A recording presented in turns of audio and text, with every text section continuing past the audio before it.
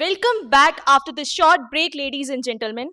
I, Ritika Heda, I, Aditya Singh Chauhan. would like to take the panel discussion towards the fourth and the final round, the theme for which is Reimagining Flexi-culture. The focus of the discussion would be around going beyond the traditional constructs of culture, creating a better experience for the employees by nurturing agile, resilient, sustainable, and flexi work culture. The discussion will be moderated by Mr. Rishikesh Godbole, Director Ernst and Young.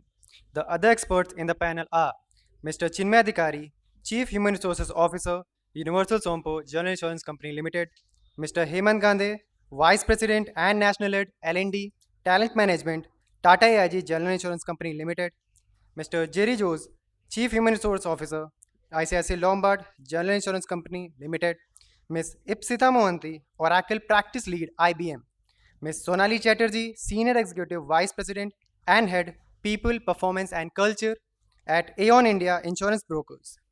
Now, I would like to request the experts to kindly form the dais on the stage. Meanwhile, let me take this opportunity to introduce the experts on the panel.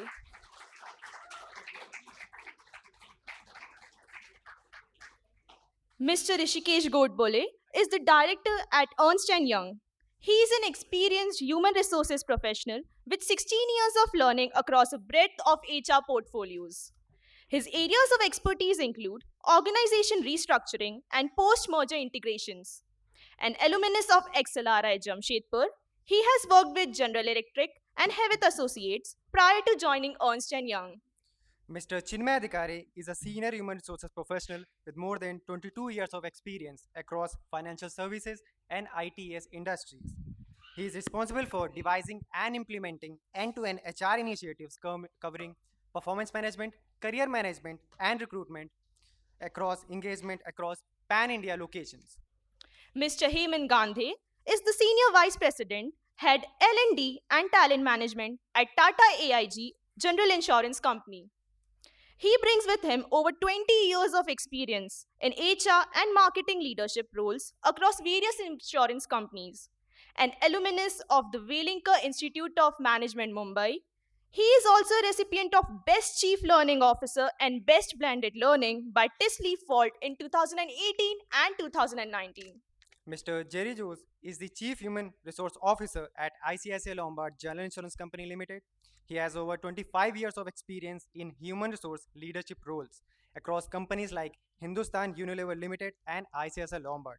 He is a postgraduate in economics from Gokhale Institute of Politics and Economics, Pune, and postgraduate in HR from Tata Institute of Social Sciences, Mumbai. Ms. Ipsita Mohanty is having about 25 years of global experience in business consulting and IT outsourcing services. She has designed and delivered IT-enabled HR transformation engagements for large conglomerates and have expertise in driving technology alignment with business goals and organizations change. An alumni of IIT Bombay, Ipsita is currently working in IBM as the Oracle practice leader responsible for capability building and client delivery. Ms. Sonali Chatterjee is a Senior Executive Vice President and Head of People, Performance and Culture at Aon India Insurance Brokers.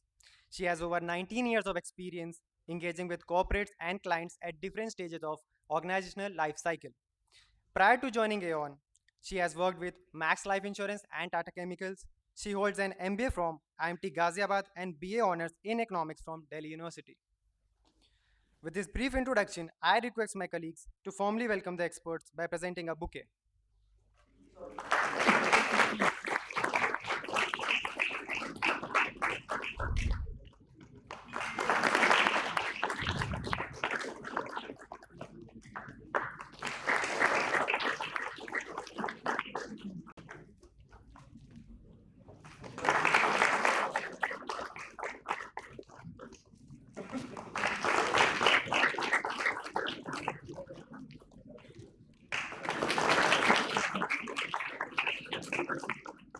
Now, I would like to request Mr. Rishikesh Godbole to kindly commence the discussion. He may also take up some questions from the audience towards the end of the discussion. So audience can keep their questions ready. Sure. Thank you. Thank you so much. Am I audible, everyone? Great. Hi, so my name is Rishikesh, and first of all, thank you so much for inviting me over here. It always feels great to be back, on other side of the table after 16, 18 years, when I was pretty much sitting over there. And when we used to sit over there, half of our attendance was compulsory. So I genuinely hope today is a lot more voluntary than that. The other thing is genuinely excited to meet, my co-panelist. It's about a couple of days, before that we connected, and I was genuinely excited to understand the fact that today we basically represent three or four different industries, and hopefully, what we should be able to bring out by the end of this discussion is not just nuances of what insurance has to offer, but some learnings from the other industries as well. So I genuinely hope that I do my role as a moderator justice, and as a panel we are able to add some amount of value to your perspective by the end of 75 minutes, right? Just a quick time check. I think in advance we also got a bunch of questions from you guys, and some really exciting ones at that. So what we'll do is we'll keep dedicated 15, 20 minutes just to take those questions one by one, answer them, and of course, if you have any live Q&A, we'll facilitate it at that particular point in time. And in 55 minutes before that, as I said, we'll do our best to add something to it, right? So without much further ado, I think let's just kick off the discussion. And as I said, a couple of days back when we met, the first question that we were really faced with is how do we interpret the topic that has been given to us, right? So what exactly is reimagining flexi culture? And I think at that note, I'll invite probably everyone to kind of share their views, because there were some really different and diverse perspective as to how to interpret this topic and go forward from there. So Sonali, maybe I start with you and then we go one by one. So, hi everybody. I'm audible now. Great. So, likewise, as Rishikesh said, firstly, it's a sheer pleasure being back here with you guys. I think it's been about almost 3 years since I came here last, and it's always so invigorating and so exciting to meet, fresh young minds like yourself, full of such bright ideas, full of so much energy and passion. It's almost like a reinvention of sorts of what fresh minds can do to me as an individual. So I'm always very happy to be here. uh, in terms of the topic that we have picked up for this discussion, in terms of reimagining the flexi culture, I think I enjoy, or rather I like the word reimagining, because even pre-pandemic, it's not that we did not have a flexible culture. There were organizations who had work from home policies. There were organizations who offered various forms of looking at job sharing, part-time work options, etc. But what's happened, I think, because of the pandemic, because of the fact that there was a certain fairly long period of time where people had to by default work from home, that somewhere it has seeped into the conscious of each and every colleague that being remote, working from home, not necessarily being physically present at the job location, is an option, and is something which is desirable at times. And I think that's where the whole reimagining piece has actually come about, because for us as organizations, yes, it's a change, but we have to be cognizant and we have to be mindful that this is the natural shift that has happened in every human's mind because of what has happened during the pandemic. And if we do not if we do not accept it, if we shut our eyes to it, then we will be probably making a bigger mistake. So it is important hence for us to reimagine the flexi of today, because it's definitely pretty different from the flexi of pre-pandemic. Hi, like I was introduced, I don't belong to the insurance industry. I'm from tech, and flexi work is a pre-pandemic phenomenon. At least for the tech guys coming from IT, it is not something new that has come with the pandemic. What the pandemic has done is has accelerated it. For employee safety, we've pushed everybody to remote. But flexi work is not remote working. And that our employees, today in tech, we are seeing, our employees are not seeing that any longer as a differentiator. Maybe when I joined IBM, I was a young mother. I looked for flexi working, and that was a differentiator when I joined IBM. But now it is no longer. Everybody is offering that. So, what the employees are looking beyond remote working, they are looking for how their pay, perks, allowances are getting impacted while they are doing remote working. I think that is the aspect that, in today's discussion, or when we are looking at redesigning flexi work culture, is something that we should look at. That is my 2 cents, and I think that is where HR has a big role, as stakeholders or strategic partners for business, has a very important role to play.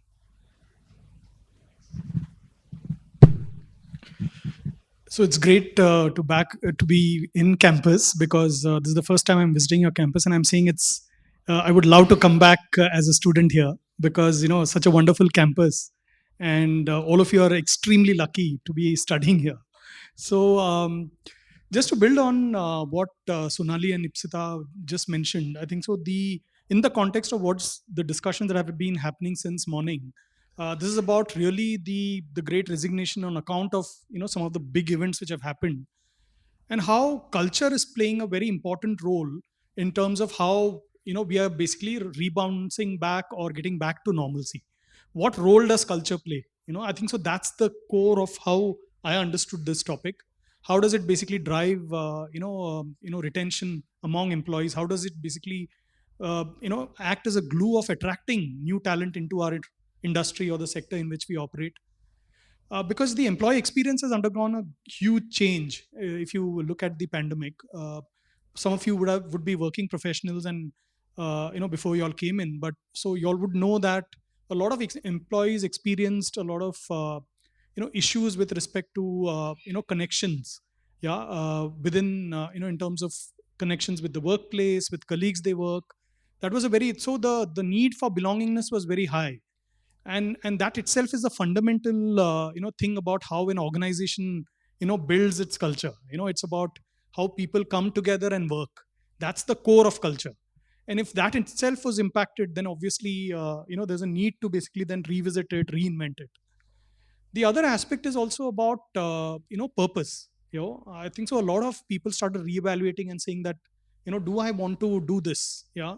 A lot of people suddenly realize that their role as caregivers and as mothers, people taking care of elderly parents, they suddenly realize that, is my identity only my role and my job? Yeah, I have an identity much beyond that. And I think so it's that is another important reimagining that organizations have to now do. Because how do you basically then align the change in how employees see their own purpose with the workplace, and basically get them in line in terms of achieving organizational objectives? So I see these are some of the sub elements of how it relates to this topic, in terms of how we need to rebuild some of those basic connections at the workplace. How do we need to basically build purpose in terms of what people are looking out from the work they do? Yeah. And it's not only about where they work from, like you rightly mentioned. It's not about location alone. It is also about what is the type of job that I want to do. I'm sure a lot of people here have different ideas about what kind of work they want to do. Some of you want to basically probably branch out on your own at this point in time, yeah, rather than working for someone. So it's also about those kind of choices which are coming with respect to changes which are happening in work. So I guess those are some of the areas that we will probably discuss. Absolutely. Hemant, you want to go next? Hi everyone. I think what my other fellow colleagues have shown interest. I think I'm fortunate enough to be part of this campus from almost 1.5 decades now. Starting as a student, but not full-time MBA, as an MDP student, coming to core L&D HR, make sure I nominating people, and now taking care of campus. I think 15 years a great association with NI in one of the different forms or different companies that I work with, and I think you're privileged enough to have that learning for 2 years compared to what we had for a short duration. Coming back to the topic, I think I want to go one step back. What everybody said is how the organization has formed its culture. Traditionally, post industrialization, the organization formed their culture either to look purpose of the business, values, which is core important, and then vision and mission largely, which is top line, bottom line, and any other they add to their vision and mission. Somewhere at the purpose, what Jerry said, employee was never been part of it strategically. It can be part of to achieve that business purpose. The employee can be a part of it, but it's not core part of it. Pandemic and maybe IT's company realized much before, and many other good companies also realized much before that employee motivation should be a part of their culture or a purpose of business. Correct? They find it, they done it. So flexi culture will remain the changing part, or the culture will remain changed. But employee motivation, if they take care, maybe for IT it is now over in terms of flexi hours. For an insurance company, is still attractive thing. So the employee motivation should be a now core part of the culture. And if companies start doing it, this is going to be fluid. It can be agile with times. And as I said, the organization need to explore more motivation for employees the way IT is facing today, to make sure that culture is agile and employee get attracted to it. So what I feel from the traditional culture, the culture is evolved, and employee got a main seat here, a center seat here, compared to the traditional way of looking culture in the organizations. So that's my thought about it.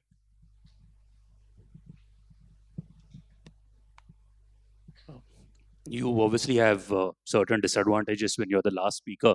Most of your points get covered. Uh, but yes, number one, indeed a privilege being here. And as Jerry said, I wish I had a campus like this. It's really beautiful. I think you guys are extremely lucky to be here.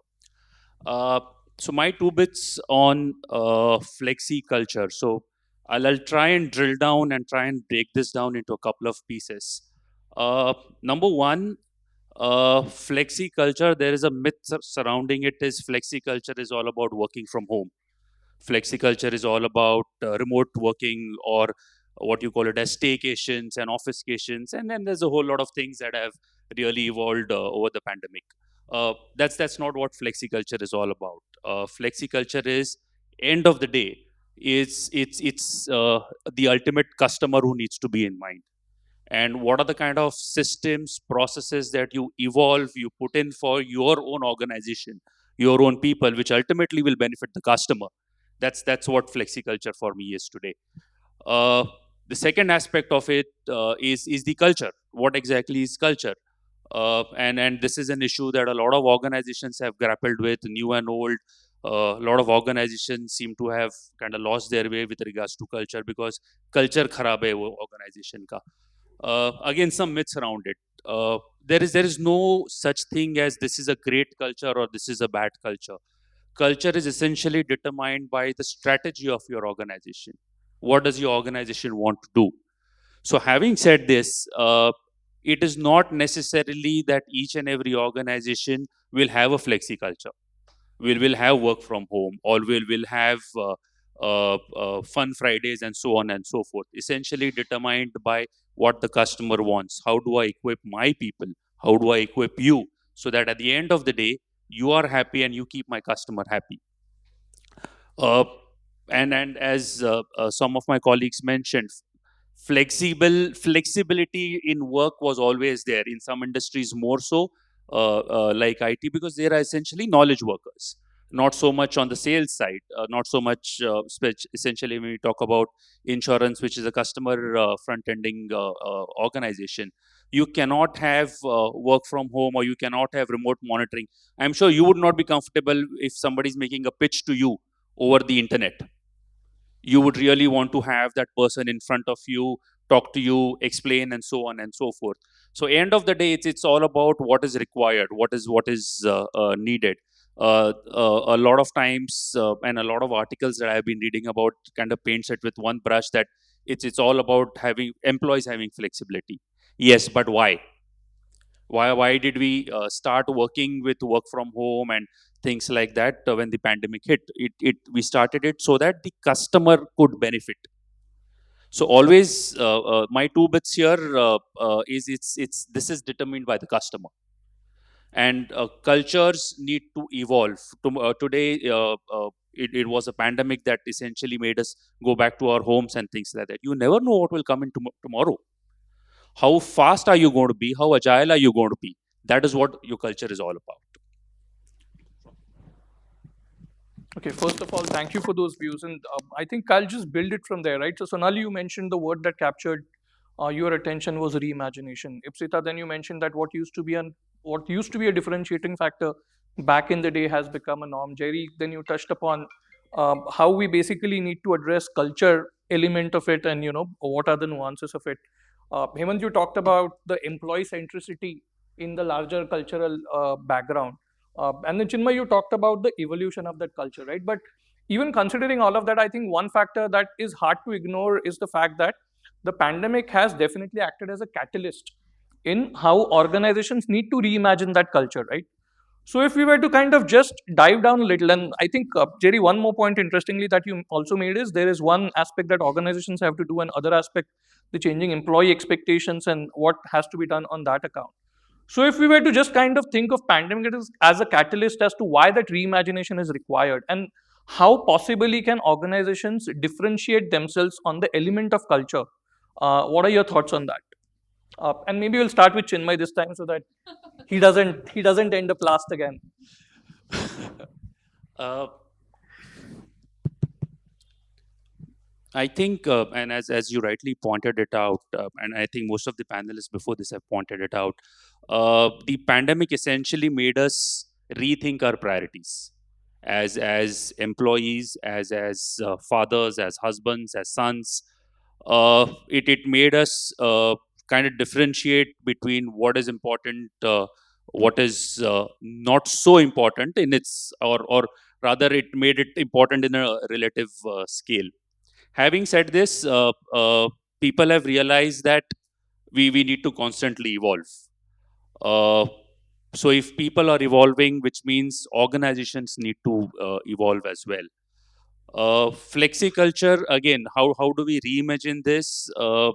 And again, so if I have to give you an example, in my own organization, I have an employee who's about to retire. I have an employee who's just got into the organization. I have employees in multiple life cycles of them.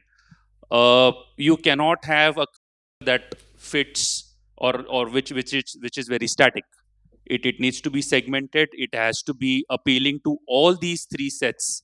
So tomorrow, if I'm going to be coming out to campus and going to hire you, and the questions as they may come of what is going to be my role, what is going to be my location, somebody who's going to retire, or somebody who's possibly in his late 30s or 40s may not necessarily have those priorities. So how do I ensure that, yes, I have a culture that addresses all of this? uh, I think that's where in organizations need to think. I think that's where in organizations really need to put in an effort, because most of the times it's this is it, this is what we have, this is policy, uh, इस यही है, इसके ऊपर कुछ नहीं है.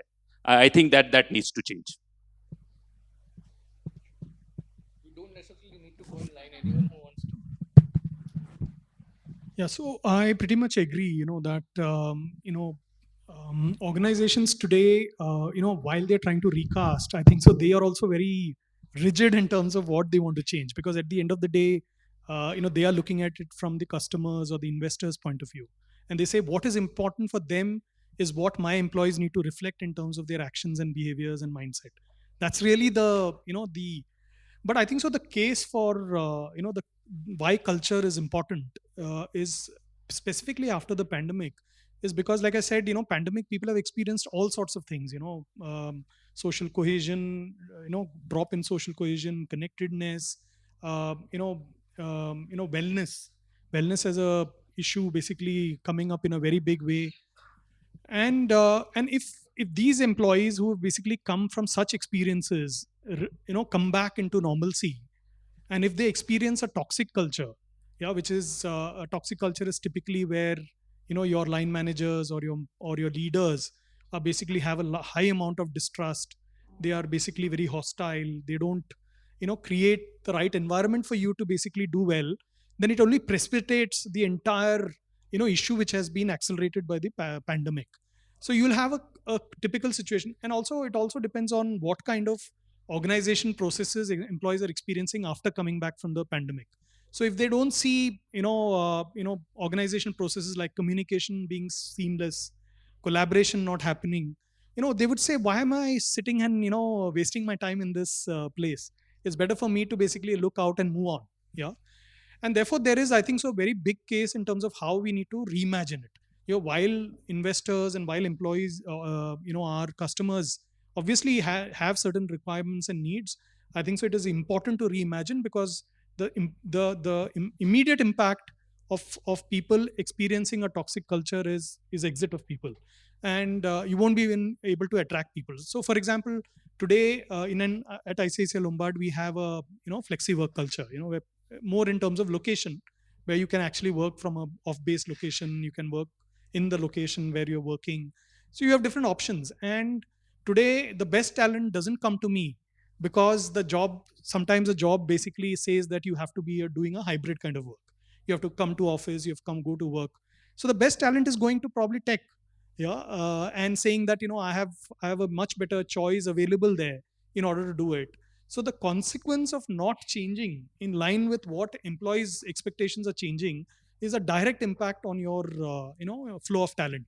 You will always get the second level, third level talent into your company, just because you didn't change your systems and processes, or as you say, the ways of working, in order to basically accommodate them.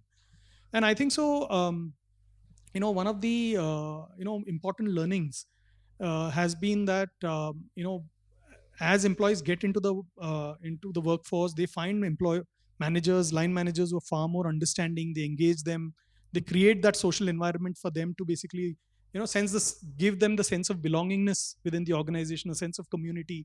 That's when employees will basically then try to say that, yes, I was missing all this during the pandemic, I'm now refinding my own mission in this organization, let me just start doing it. Yeah, no, I was just had a quick follow up on that one, because belongingness is a very, very strong pillar of, uh, building an inclusive culture, right? And we still are not at a stage where everybody has physically just come back to office. We are still kind of um, trying to accelerate and evolve as it kind of goes along. So, as a HR team, or for that matter, as a management team, how are organization working towards addressing that element of belongingness, even though you are not physically together? Because erstwhile just being together in a physical premises, and whether it's a branch or a regional office or a head office, just by having a cup of chai together, automatically brought that feeling of being together. How are organizations addressing that? And I'll of course come to you. Sorry for that.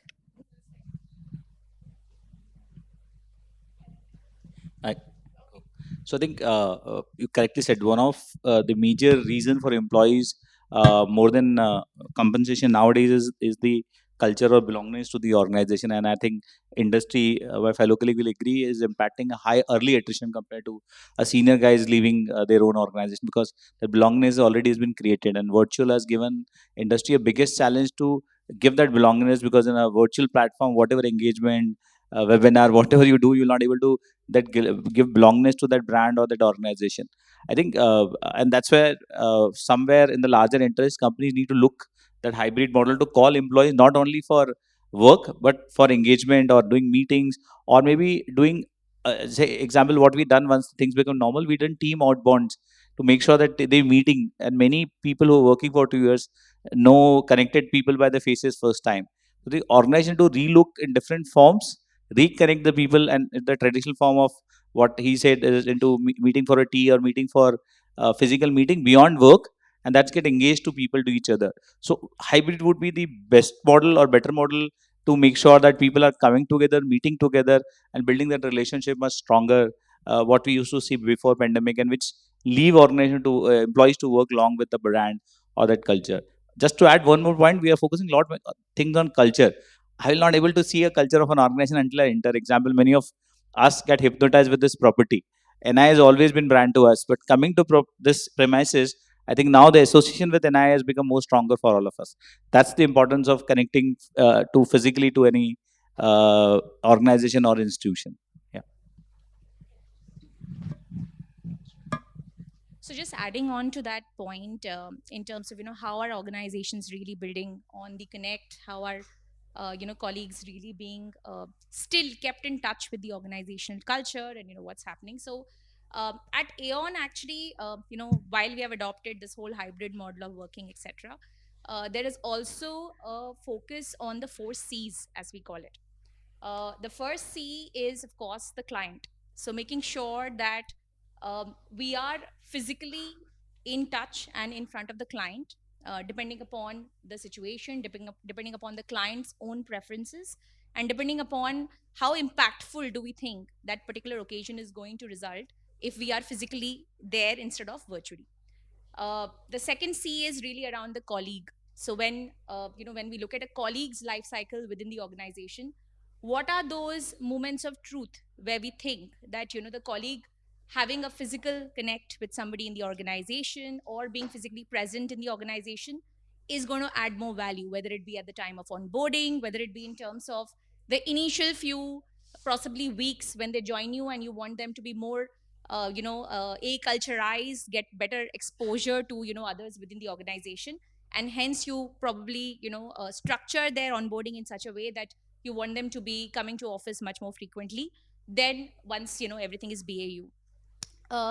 The third C is really around collaboration. So when we think that people need to come together and brainstorm and ideate, then possibly sitting together in one common room and doing that is much more productive and much more engaging as a process as compared to when you do it virtually. So again, collaboration.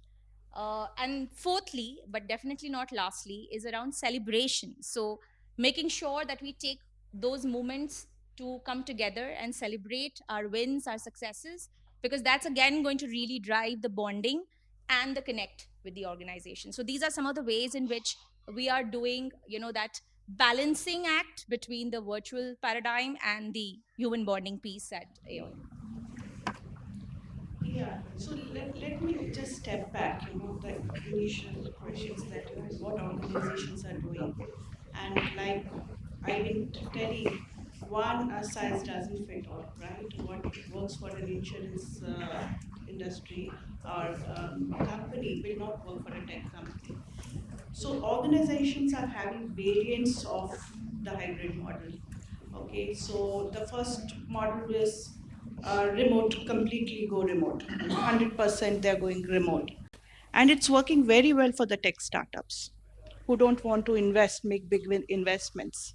Right? They work like in WeWork, and the founders come meet, and the rest of the team, the tech team, the marketing team, they're all working in distributed scenarios. Then it was the companies like ours, pre-pandemic I'm talking, where office is first. We need to be in office, but at times you can go remote. Okay, ask your manager, take the permission, go. But that was there pre-pandemic. But then what happened? Pandemic happened. Now there is a resistance. It's all about employee experience. Customer experience will happen if there is an employee experience, right? So we have to, we can't deny, we have to focus on employee experience. And then it is office occasionally. Today in IBM, in tech companies, office occasionally. Now, in IBM, it is all about coming to work for social reasons, to meet with your colleague, to connect with your colleague. It is not for work. Work can be done anywhere. It is happening. But this for social reasons, you have to be there. So, office occasionally. But then there are companies like banks where there has to be a certain role. So, it is role based. So, it is hybrid remote. It's role based. Certain roles have to be in office, but certain roles, like I told, tech, call center, they all can be remote. It all is role based. So it is hybrid or hybrid remote. So organizations are taking flavors or variants of this thing, nuance. That is one. The second thing is we also have to look at our policies. When we talk about culture, there are many policies which are very archaic. I will talk about the rewards, perks, and all. There was a question on incentives you asked in the earlier discussion. Okay, so when for tech companies, when we had for us a team outing was a very fantastic. That was one of the things that we all, as when we started our careers, we used to look at team activities, team building activities, offsites, and all of that. But today, people don't want to go out. So that's archaic. So what is it that will now motivate and inspire people. Maybe I need to upskill myself. Now technology is changing so fast. So how my company and my LNK or LND department is investing in upskilling myself. That is something that could motivate. So these are the aspects companies also need to look at when they're looking at reimagining culture. Yeah, on the topic of belongingness, obviously, in a hybrid workplace with people at different stages in terms of either the work they do or the location in which they are based, to get a single kind of thing which works for everyone is the most challenging thing, because scaled up organizations always struggle to customize for specific groups, because that takes a lot of time, effort, energy. And obviously, the first effort is to try and do something which works at scale. And then if it's not working in certain portions of a business, then try and see what can be done very specifically to that particular group. So instances like what we started off in when we were completely remote, in terms of engaging the family in a big way, because we realized that family is a part and parcel of work. They, just like I heard in the previous comment about in Kathmandu, a lady, a child basically running behind. So work and life, the lines have actually blurred, and therefore not involving, for example, my daughters really recognize all my colleagues who come on a VC. They say, "Arey, this is this one, this is this one." So today the integration of family with the workplace has become very high, and it's important to leverage that for belongingness, because each of your family members now know you, at least the within whoever are the immediate team members. And that's so one of the important things that we did is that for all celebrations we started involving the family members as well, virtually though, even though which was there. We realized that hybrid is very complex, because obviously for communication, collaboration, it's extremely difficult to basically get people on the same platform. So therefore we consciously made a lot of changes in our systems and processes to include people. One of the biggest dangers of a hybrid working is that you tend to exclude people who are virtual, who basically work out, because the action seems to be happening in office is the new place for collaboration. So everyone is excited and comes there, all the senior leaders are there, I want to interface with them, interact with them, network with them. So the people who have a genuine need and working out of virtual spaces or from home or from remote locations lose out on all the fun which is happening at the workplace. So we said that a lot of things that we put into place, one is obviously common platforms, which we will use if people are basically either they're in office or virtual. So you can't have a meeting where basically people are obviously distributed, and then you're having the meeting physically happening. So everyone will go and basically do a video call if the population is mixed, irrespective of whether you're in office or no, so that everyone has the same experience when you are basically doing it. Or for example, in terms of communication, one of the biggest changes we introduced is basically saying let's do asynchronous communication, because our own culture is basically about responding to everything here and now. Yeah, that's the culture in the organization. So we said no, that's not, when people are working virtually, it can't be that you can immediately respond to a mail the same day. So therefore we introduced platforms where it said it's okay to basically communicate asynchronously across. We agreed on meeting days. So a lot of teams, what we realized is that if we give flexibility to people and they come on certain days, then you may interact with your own team members very well, but the interaction that you do with other team members really gets impacted. Because at the end of the day, a lot of ideation, innovation happens when there is an intersectionality of different departments, different functions, businesses. So therefore we said that it's important that if people are agreeing to come on a particular day in a week, then all of those, that entire intact team has to come in. It cannot be that you just come in one day, you find no one around, you do your work and you go back. The other important thing is also functions like tech, which is completely, for us tech is completely remote. So we make sure that once a month these people come in physically at a place just to have fun. Yeah, so that's something that we do, because we realize that they anyway do work when they're working virtually. So those are some of the things that we have. The other important thing is that the pandemic also gave an opportunity for people to realize their hidden talents. A lot of people discovered that they could do many more things beyond work. So we created hobby groups, and today hobby groups are the most volunteered for by employees. There are some 6 or 7 volunteer groups, and we have also employees families joining in those hobby groups. So and most of these, so that's how you create a community to build that belongingness within the organization. Because if you don't do that, obviously there are other places which will offer it, and they'll be more than happy to move on.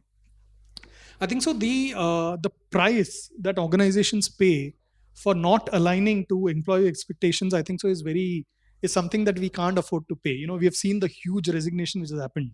It's also challenging to attract people. So the in fact, any organization which basically will embark on any major transformation, I think so, culture will play the biggest role. And if organization is not aligned to attract the best talent and retain them, then most of your major transformations are going to collapse. Yeah, that's the simple truth for all organizations. So, and all of us are in different stages of change. So therefore it's become inevitable for companies to basically do it. Today human capital is more scarce than financial capital. Yeah, so everyone can get money today in the market, but people you can't get. That's extremely important for us, and therefore culture is the only way. The way you work is the only way to basically then go and attract people to your fold. Yeah. No, great. And Jerry, I think I'm loving the fact that you're next to me, because in your responses, you have given me beautiful cues to ask my next question. Yes. But on a serious note, I think, technology is now also playing a massive role in how organizations are trying to make that culture reach and be understood by the last mile, right? And that's not only now restricted to just the people who are part of your company today, but also a prospective pool in the market whom you will eventually be making offers to, and the engagement kind of starts from there. Um, and I mean, at a very, very basic level, it's just the camera. So, gone are the days of con calls and everybody is on either a Zoom or a team call. And I mean, fun story this, but when we started with the whole video calling culture, I think being in a consulting firm, everybody was required to wear a jacket and a shirt and always client ready. And 3 months down the line, my team called me up and said, Rishi, we can't come on camera all the time because we are required to be kind of camera ready, right? And that's kind of putting extra stress on us. And we said, forget about it. If you're not in a client meeting, even if you're in t-shirts, just come. So, technology being used at that basic level, to technology now being leveraged to various aspects of enhancing the larger employee experience and building it back into the culture. So, what roles are your organizations playing? And Ipsita, maybe we'll start this one with you, given that IBM tech sector, by the nature of the beast, you are like ahead of the curve a little bit. No, in fact, I was waiting for that question. So, okay, when we are talking about remote working, we cannot deny that we're working long hours also, and how is it that we are going to make life easy? It's all about employee experience here. What we're talking about in HR is employee experience, right? And how are we going to make it easier for our employees is to automate the administrative jobs. So I'll give an example of how IBM has done it. The expense reporting. Earlier, we had to come to office to give our bills and have a Dropbox and all of that. Now, through my mobile, when I'm doing the bookings, we have things where we can upload and we can take it, right? So you have to the boring, mundane, administrative jobs. If we can have workflows and automate all of that, that is something. See, video conference, collaboration, communication for tech companies, it was always there, right? For us it's nothing, but now we are looking at taking it to the next level, right? How we can automate everything that can make the experience better for the employees. So that is something where we can leverage technology. Sure. Anything? So, Oh, sorry. sorry, shall I? No, no, please go ahead. Are you sure? Yes. Okay. So I think absolutely. I think technology is a serious partner in this entire reimagining of the way we work, and I think it has been a fantastic opportunity for all organizations, in my opinion, to also evaluate what are the points, that we can really use technology to impact the colleague experience, as Ipsita was talking about. um, for example, at Aeon, if I start looking at some of the technology aspects that we have implemented just in the last 2 years. Okay. So one is we have implemented something like a chatbot which makes sure that we have an ongoing connect with our employees at different stages of their life cycle. So we really understand what's going through their minds at an individual level and not at an aggregate level. So that's again part and parcel of making sure that the virtual environment does result in us losing touch with our colleagues. Uh, in terms of wellness, we have implemented an app which basically provides various wellness opportunities to our colleagues by the literally the touch of a button on that app. It includes things like online doctor consultations, support on not just doctor or medical consultations, but even mental health support, financial and legal counseling support. So some of those elements which erstwhile we will have not can get called out, recognized, and a colleague can be applauded through that virtual platform. So multiple ways in which we have been using technology, and I think it's only going to become that much more as we move forward.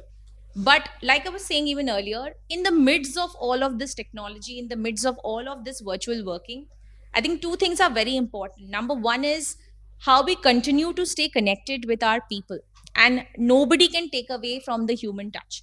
So whether it is, just calling your team over for a cup of coffee, or meeting up for dinner, doing something which is not work related but which still allows you to establish that personal relationship with the people that you work with, is extremely important. So for example, whenever we are traveling across cities, we make it a point to call up the people from our office in that city and say, hey, are you available to have a quick cup of coffee? Even if that person doesn't work with me on a daily basis, I will still like to do that. Okay. The other piece I think is in terms of, I mean, we have kind of moved really fast, as the workplace. I mean, from 2 years ago, where being in office and physically looking and monitoring people's work, to now today, where everything is fluid. Managers are kind of expected to really have transformed themselves, which may or may not have happened in various situations. So making sure that our people managers are also given the right kind of support to change mindsets, to understand how this workforce of today needs to get managed and get supported, and still work needs to get done, client requirements need to be met. I mean, we are an organization with 90% client facing workforce. We need to always continue to make sure that client comes first, but at the same time employees feel cherished, valued, and heard. So it's a fine balance to maintain at all times, but I think our managers are our our first what will I say, face of the organization, which needs to deliver a consistent messaging to the rest of the organization. So hence, making sure that our managers really understand how they need to navigate these times is extremely important in my opinion.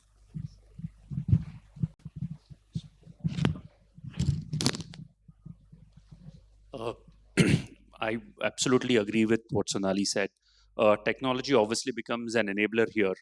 Uh, Now, for an organization like ours, wherein close to about 70% of the workforce is actually on the field, uh, and who possibly have been on the field, including during the pandemic, because obviously banking, insurance, they become essential services. So you need to be out there. You need to be out there, as I mentioned earlier, for the customer. Uh, Technology, earlier, I'm not saying that it wasn't there. It obviously was there, but it was a good to have. Now it's become a necessary to have.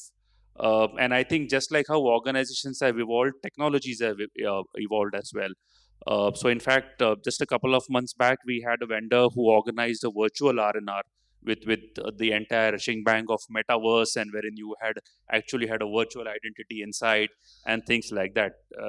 I was blown. Honestly, I was blown to see that, and so were the people involved. So I think interesting things that have been coming along. It's not just organizations that are evolving. I think the way the needs evolve, technology is kind of supporting us as well. And I think a very interesting point that Jerry made earlier was, how do you include community? How do you inculcate a sense of community? Because that's become very important. I'm sure all of us would agree that after the pandemic, a lot of our benevolent side has come out. A lot of the caring side has essentially come out. So people would jump at an opportunity wherein they can contribute to society. Technology does enable that as well. We've used technology to enable that, to kind of have, do people want to donate? In fact, we ran a campaign wherein people could donate for kids, and then they could donate only stationery. A fairly interesting way to do it, wherein they need not physically donate stationery, but log into a site, kind of select what is the stationery that they want to donate, make their contribution, so on and so forth. Very well received concepts. And I think that's what the future of engagement or is going to be. It will evolve. Another example is, we have a few army personnel in our ranks. So 15th August obviously becomes a fairly important day for them. They kind of put together an initiative, and this was not HR doing. This was something, what, to your point earlier, that each and every manager has to kind of own it. Uh, wherein they had their teams coming in, their families coming in, their kids dressed up in the national colors, performing something, spouses performing something, parents performing, right from showing recipes, to be very honest, to singing and dancing. Again, virtually. Uh, Having said this, beyond a certain time, you miss the physical connect. So it cannot be, as I was mentioning earlier, it cannot be one size fits all. It has to be situational. It has to be a good mix of virtual. It has to be a good mix of what can be physical, because especially in a customer facing environment, you cannot take away the physical aspect of it. So it's a mix of them. We've tried some, we've been successful in some, not been successful in some, but I guess that's how it will evolve. I think I want to, as I was the last, I want to add one more point.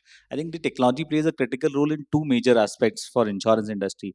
One is the engagement piece, and second is the learning piece. Because the unnatural discrimination, which no company want to do it, has been done for the people who are based at remote. Because being an insurance company, you are operating more than 200 location, and more pathetic for the location, because of banker tie-ups. You have public sector bank tie-ups where you have no presence. They are the people who are working for 2 3 years and never seen a physical logo of your company or a premises of your company. Because of technology, and technology was there before also. How pandemic makes a difference is they start adopting this technology. Teams become very natural to my frontline RM who never want to come and connect like this. So today he been connected to the main line of the corporate. All national initiatives that a company drives, he want to be volunteer. So see, in any engagement activities or learning activities, a micro interior guy is more enthusiastic to attend because he deprived of all this facility before. Or leadership connect has increased.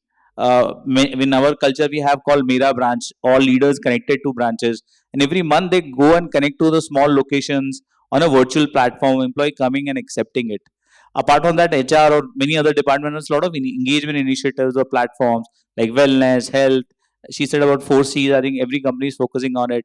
This platform enable them to come on that platform, utilize it. Example on CSR activities or learning activities.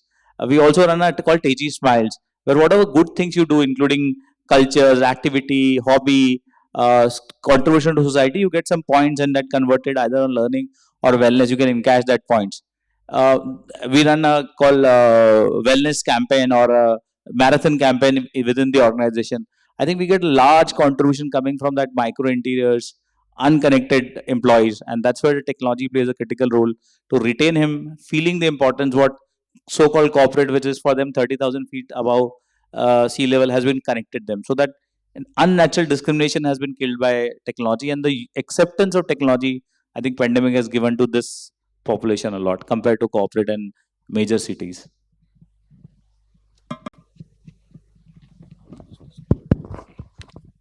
So I just want to add to all what you said, because I don't want to repeat some of the things. But what I wanted to highlight is that employee experience today, if you distill it into what really is the experience people are looking at, you could actually classify it into three parts. One is about the social experience at the workplace, the role experience, which is connected to what the person does, his line manager, the clarity, the rewards, and all that bit. And the third is the company experience, which is more about is this company really aligned to what I want to do?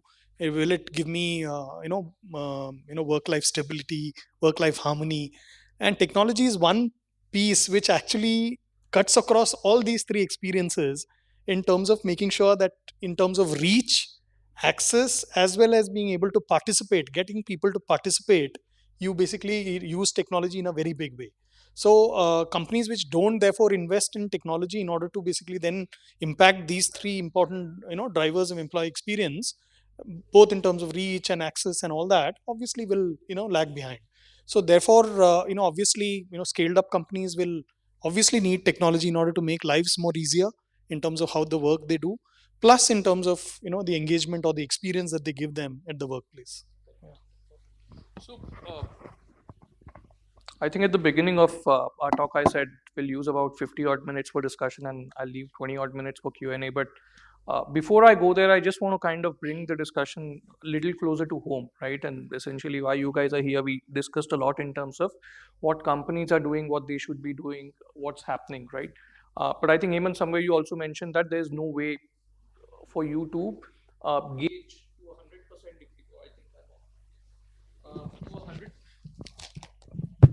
to a 100% degree as to what then organization culture is before factoring that into your decision making process, right? And a lot of these guys will be graduating either in next 6 months or in next year and 6 months. What should they be kind of thinking? A, why is culture important? And B, when they make that decision, what can they do to basically understand that particular organization more before that decision is made? And I think, invite answers from everyone so anyone can. I think for this generation, which we call Gen Z, I think culture become most important. One of the survey it says 77% management trainees precisely look culture as a top priority to select a company, right? And 65% retains to the organization for a longer period because of culture. So culture plays a very critical role. But for them or for you, mainly culture is not defined what we are sitting here defined for you. Culture is what you want, you expect from us, and as I think what Ipta also said, I think we need to, as an senior people in a companies, we need to redefine what culture means for you. Is what traditionally we thought what company decide or company values or company's purpose decide is culture for you.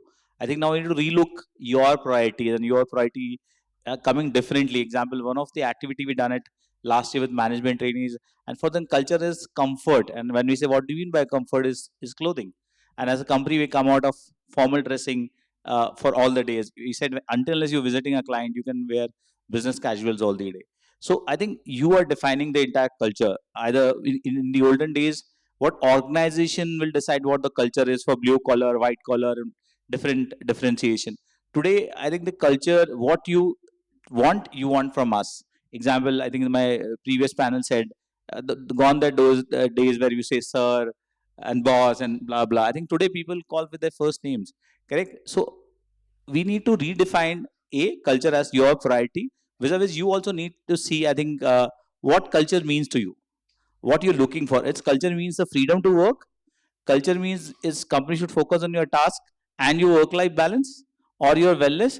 I think that's the way you need to look for. And as an employer, we need to go back, revisit the entire policy without touching our core values or core objective to be in business, and need to give back that culture to you to make sure we able to attract that talent and you able to work with us. So that's where I think the collaborative outlook work for the culture for your generation, because I think the expectations coming out very clearly. I normally meet and ask, the first thing comes out is work life balance. And I was surprised you not started your day one. Who told you that work life balance is a challenge in insurance industry? But so it be. We need to relook the entire comfort, work life balance, priority, freedom to do, getting roles that you want. And I think previous company Bajaj has said that they need to change an IJP and gives you a different role which you want. Vis-a-vis, definitely the expectation is you also need to understand larger objective and see that culture fitment goes with the organization interest and your interest hand to hand. And then in that victory and that balance, the company will able to retain you, develop you, and then maybe get a productivity out of you. So I think what's good for you guys is that you are, sitting for the placement process in years where you can ask any question from the organization and they will answer. So that's good for you guys.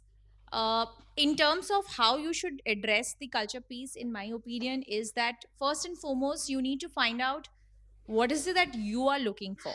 Because as my esteemed panelists were already saying that there is no one size fits all, and that also applies when it's coming from your perspective.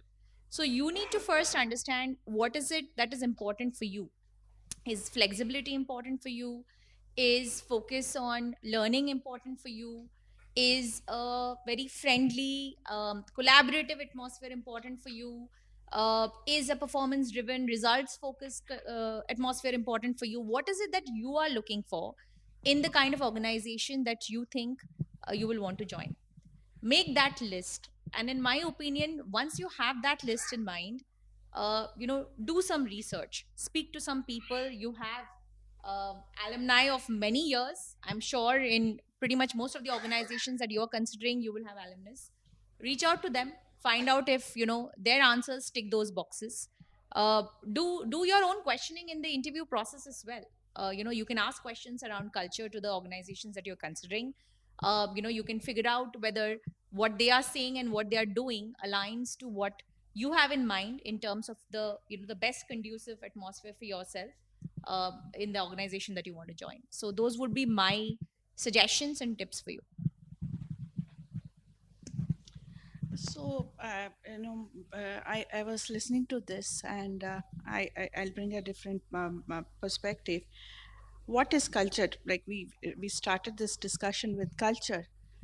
Uh, can we touch and feel culture? We can't. It's very fluid. It's very subjective. What is culture for me may not be culture for her.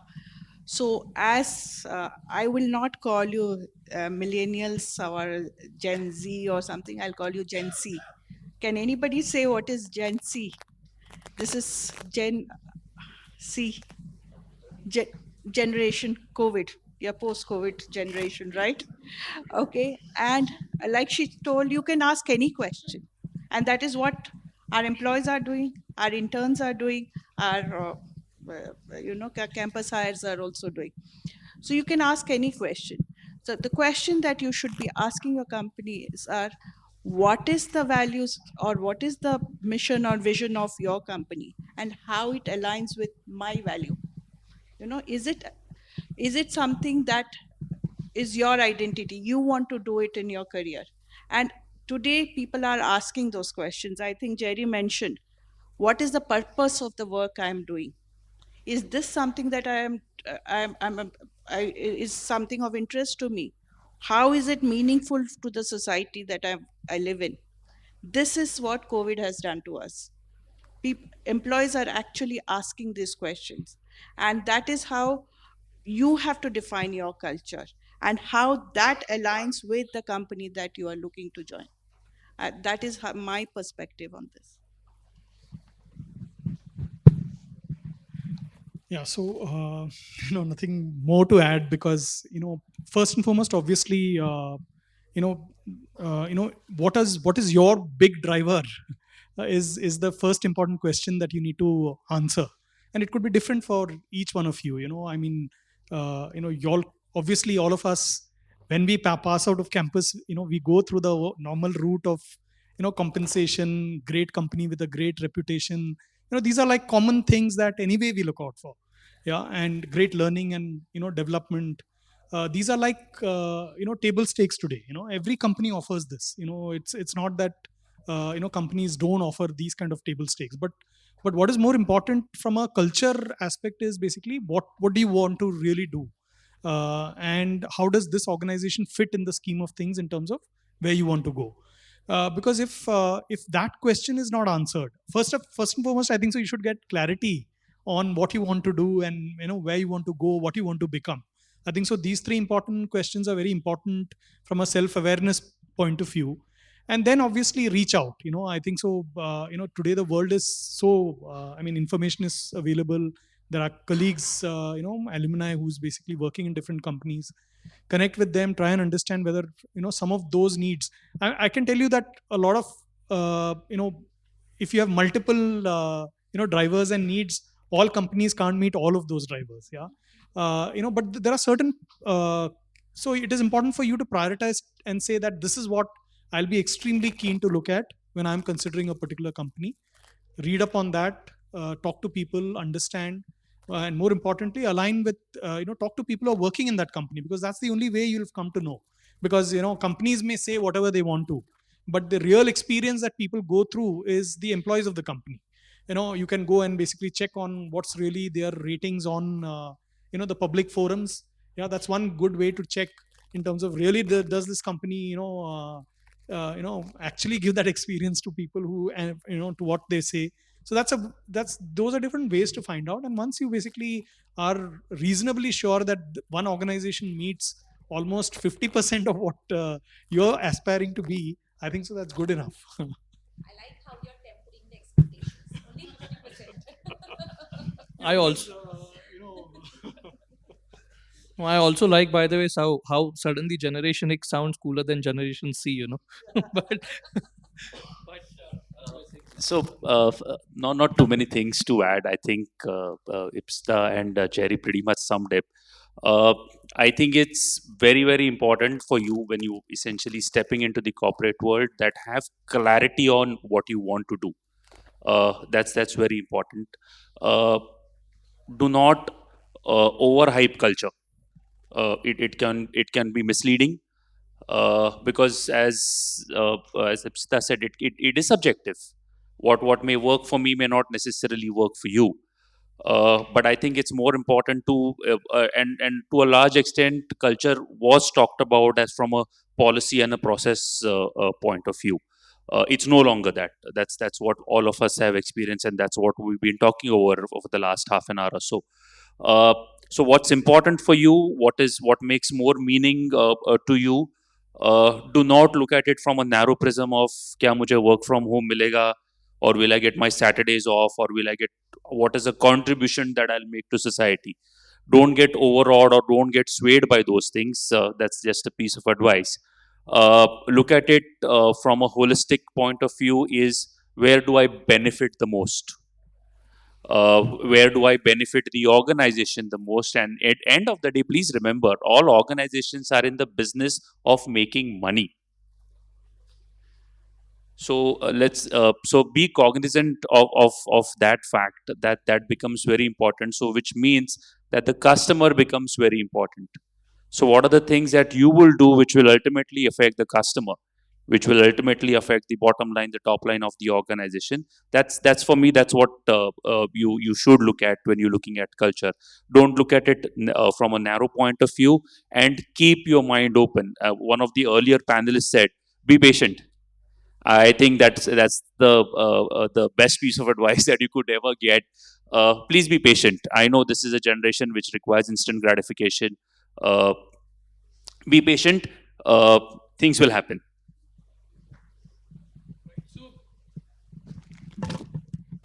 thanks everyone for that. And I think that was it from my side. Unless any of you think we haven't covered an aspect of the topic, happy to kind of take that along. But I wasn't going through my chat history, guys. It was just some questions that you guys sent, and I was just cross-referencing if we have kind of left anything out. And I genuinely don't think so. There were questions around remote work. There were questions around why culture is important. There were questions around what your organizations are doing, under the umbrella of flexi culture. So as far as written questions are there, they are answered. We still have, I think, 14 odd minutes, if I'm not mistaken. So questions are more than welcome.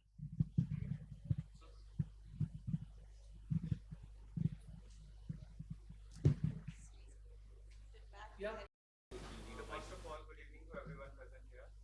So we know that work flexibility can prove to be boom for companies, but may also lead to chaos if not implemented properly and employees are not trained accordingly. So my question is, how is it possible? How is it possible balance between flexi work culture and traditional at office work culture?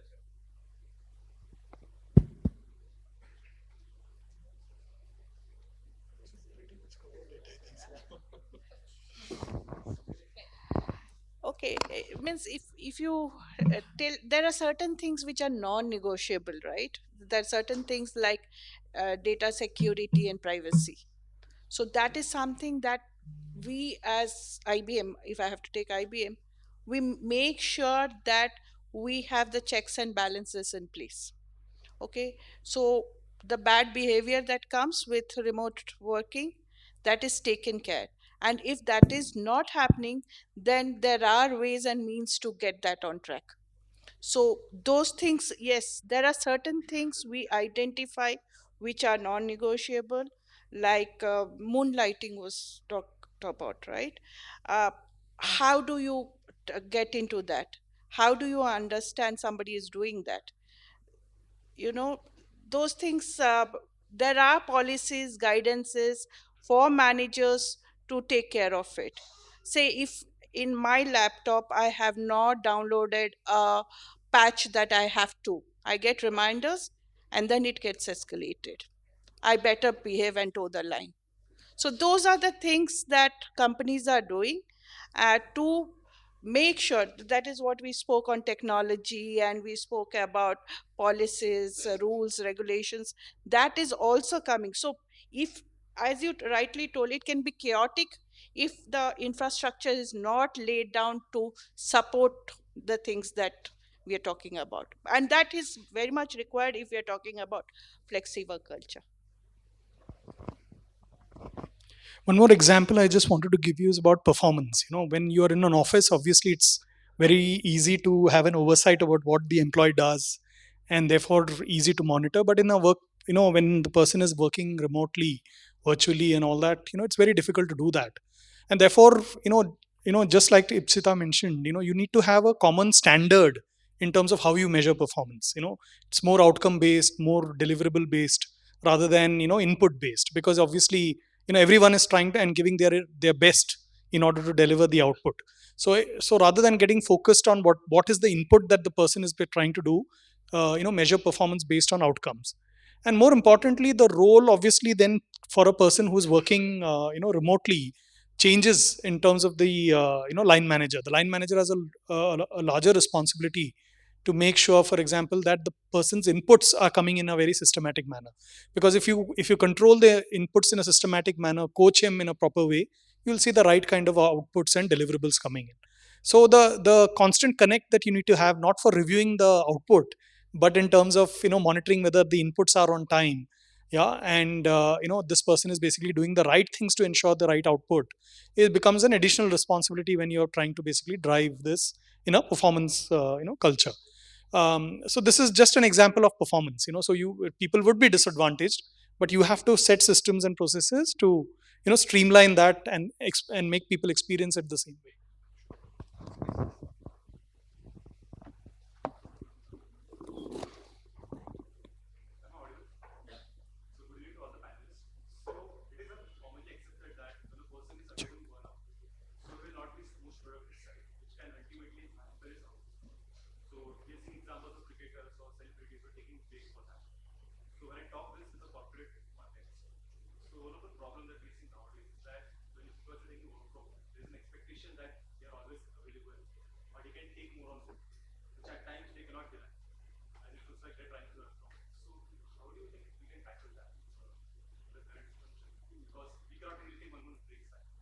Can I take that? Because, and this problem is more with women also. With work from home, women have to do two shifts. They have to take care of home because the entire family is at home, and also do their job. And for that is we have flexi work schedules. You tell you are available within this time to this time. This is my hard stop. After this, I'm not available for meetings. I don't expect an email from me, if even if it's an urgent one. I will only come back tomorrow and do it. So these are the things that we have put in place. In extreme burnout cases, I've had my employees come to me and ask for sabbatical. They want a break. They're so stressed. And our HR policies support those things. We have, again, the thing that there is a there can be people who are just making it up. So obviously we have ways, you have to go to an IBM doctor or whatever, get a certificate, but we have those. I have, at least in this during this last 18 months, given sabbatical to 6 of my women employees. It can happen to men, women, anybody, but yeah.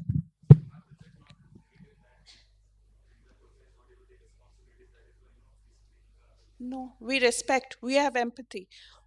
As leaders and managers, we go through development programs to be more empathetic to the employee needs. That is something that, again, companies are investing into, so that we are more empathetic to employees' requirements and we understand that is happening. Yeah. Oh, So just adding on, honestly, I think this really, situation stems from how flexibility is actually understood in the organization. So I think one of the things that we have been doing iteratively right from the starting of this entire shift towards working in a more flexible work environment is to help people understand what does flexibility really mean, because flexibility for us is not just about the fact that we are allowing you to work from home or some other location. It's also about appreciation of the various priorities that an individual may have in their particular life situation, which demands them to work certain hours. Okay, so for example, and let me tell you that this is something that again needs to be really voiced and talked about by leaders across the board for people to understand that this is normal, this is acceptable, this is okay. I'll give you an example that, our APAC CEO came for a town hall recently, and she actually said it in the entire, hall full of people that, flexibility for her means that between 1 to 2 in the afternoon, she wants to jump on the treadmill and walk, because that's the only time of the day that she gets time to exercise. So she has communicated to everybody in her team that 1 to 2 is when she's not available. So that's the degree of normalization that we are doing with regards to integrating work with life. For example, there could be scenarios where somebody is saying that, between 5 to 6 in the evening is when I need to take care of my elderly parents. I need to give them their medication. I need to maybe do physiotherapy or whatever is required, right?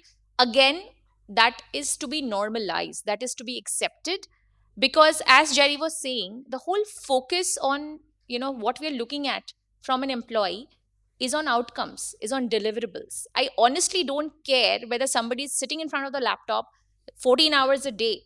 Honestly, probably that person is not going to give me half of what somebody is giving me when they are sitting in front of the laptop for lesser time, but doing much more productive work.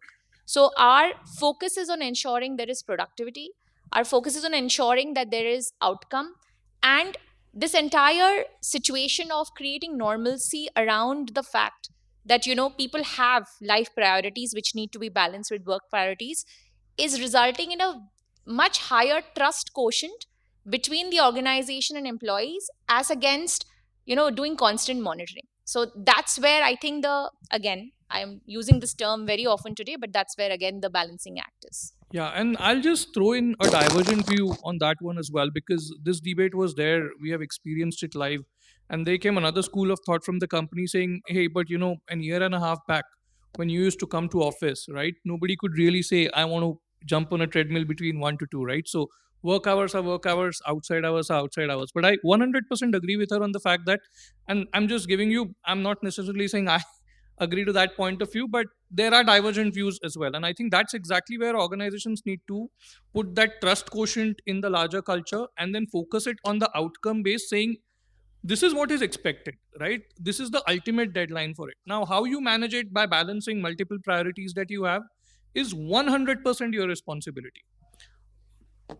And I think different organizations are at different level of maturity. So for example, if you were to see what Netflix's employee expense policy is, right, most organizations will basically have it by this grade, this is the eligibility, this is the entitlement, this kind of hotel you can stay in versus not. Netflix's entire policy reads in one sentence: do what's best for organization, right? And that's the like a different level of trust. Now, in what shape and form does it materializes is a different debate altogether, right? But that trust and outcome based element that organizations need to embed in your culture, I think if you reach a particular level of maturity, the question that you ask doesn't really remain a question for most organizations.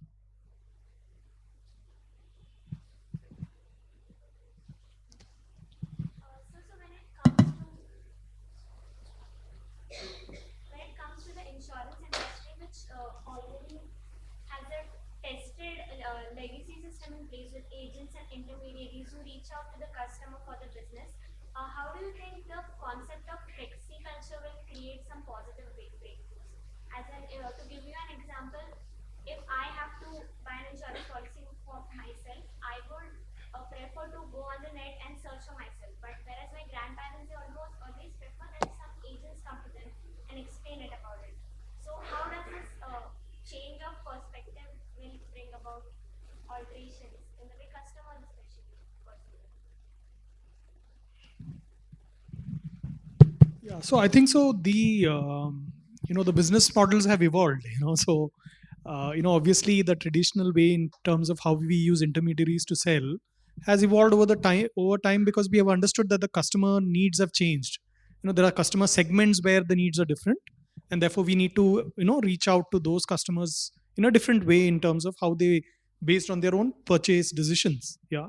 So there's virtual, there is basically even hybrid models where basically agents will come and basically explain to you, but then you do a process which is virtual. Yeah. So there is a mix and match in terms of the models because everyone understands that each customer segment will have a different need. The important thing that we need to have a service delivery model which basically helps meet their needs. Yeah. And therefore the even industry has evolved. Every industry has got its own way in terms of how it reaches out to different parts of the segment. So that's a very well established, especially the pandemic made everyone realize that there's no option but to basically get onto the net, because that's really online is where most of the stuff is happening, and that therefore most companies have already made those changes in their business model.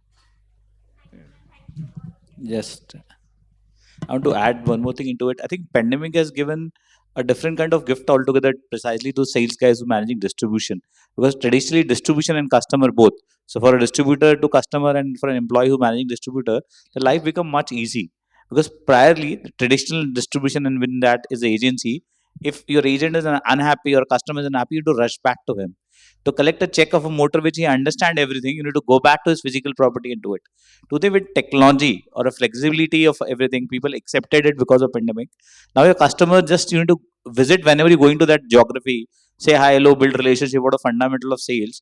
But you want to go to collect that check physically and to get a generator policy. So his work-life balance, his multitasking has improved, or his focusing on more strategy, developing business of an employee has been increased. So his customer, because in insurance is not that happy that I want to meet sales guy and see him physically and enjoy that policy buying process.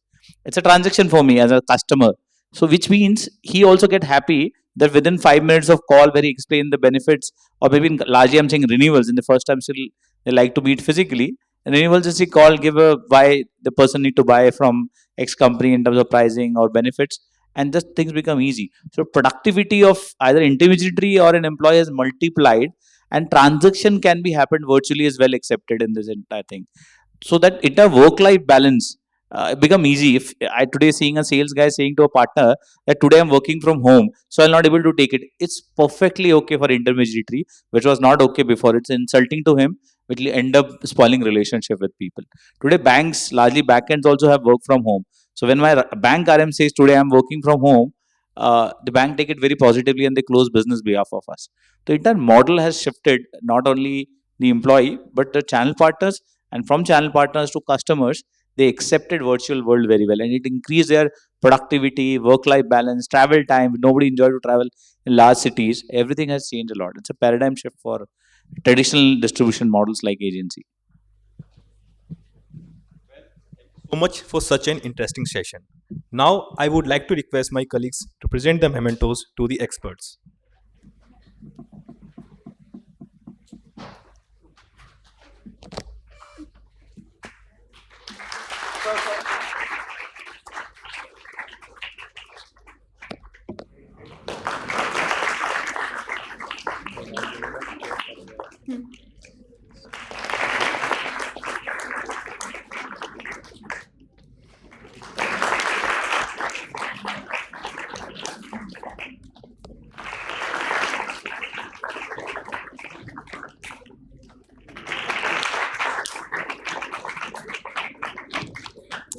Thank you so much, everyone.